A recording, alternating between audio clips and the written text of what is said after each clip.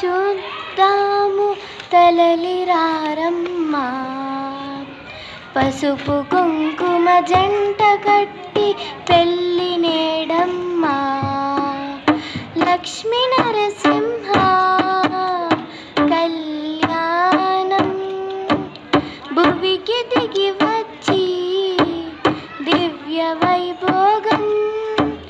గగనమంతా పందిరై భువనమే సుమవేదికై కళ్యాణం జరిగెనమ్మ కనుల పండుగగా.